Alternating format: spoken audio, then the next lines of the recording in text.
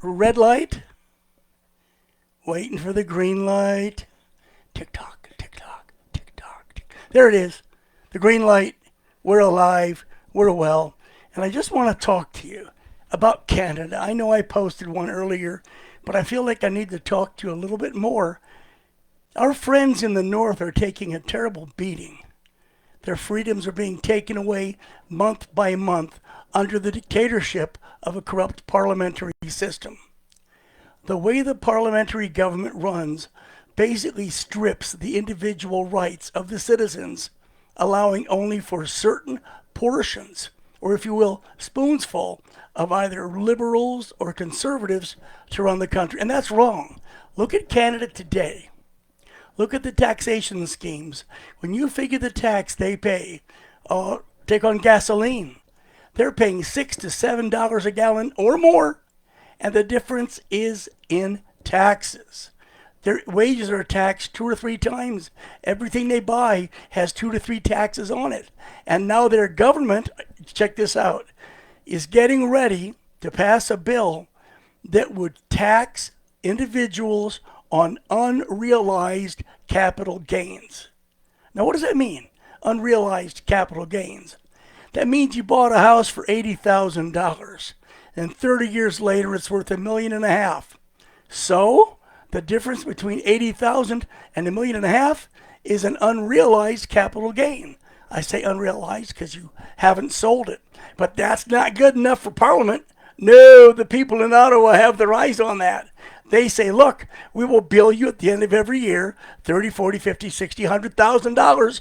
I mean, they're going to push people out of their homes if they don't push them to war.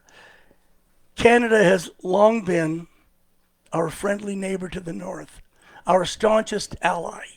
But over the last couple of years, I should say this carefully, Chinese-driven Canadian propaganda on the CBC and virtually every radio and TV station in Canada, they're government controlled. Really? No shit? Yeah. Well, everything they say about us demonizes us.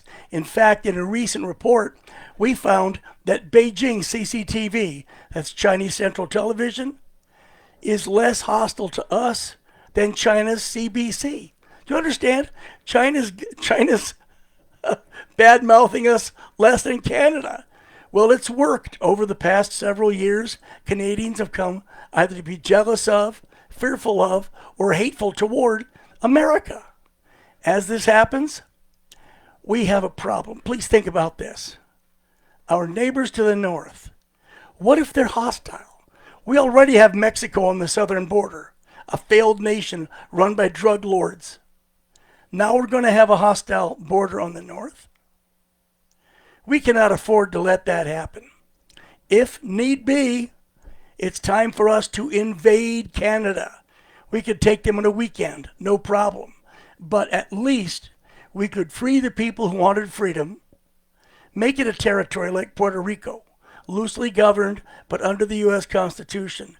You'd see drastic changes, and I believe that most Canadians would then be willing to crawl out of their closets, the holes under their house, the holes in their souls, and thank us for rescuing them.